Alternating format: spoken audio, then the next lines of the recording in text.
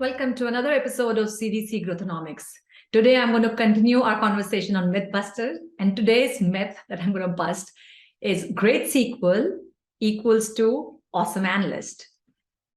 Because I can't tell you how many people I have seen who can write a really great, and SQL is very fundamental, but they can write really great select star from whatever. They can write great SQL. They can do left joins, right joins, nesting, group bys, and ranking functions and window functions.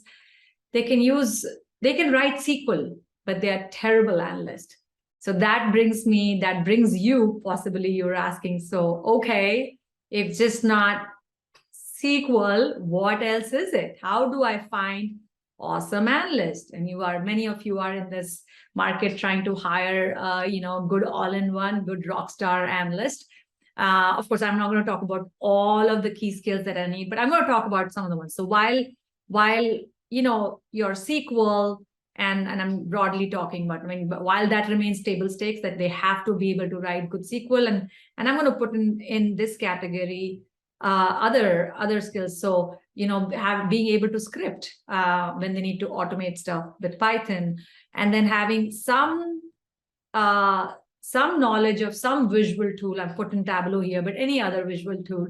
I'm going to put all of that in the category of table stakes. So yes, you do need that, but really the great part becomes from here. So it forms from here, and the first thing I would say that they really need is problem solving. Being able to connect the business to data, so business in problem solving, and being able to take a problem and break it down into smaller chunks and deliver. So really, problem solving is a very key important skill any analyst needs to have. Another key important skill they need, and very few have it is a structured process to analytics, a structured analytics process, right? Do they know how to go from a business problem, which is asked to you, back to data and back to insights and dollars? Do they know how to do that? We have talked about Badr.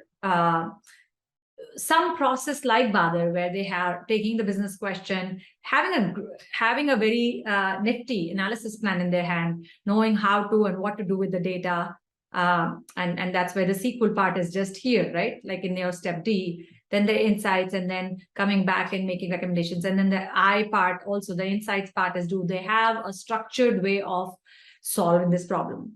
And then the last one, which I wanted to talk about, which is a very, very important skill, is stakeholder management. Do they know how to influence, how to hear, how to listen, how to understand really what their stakeholder wants?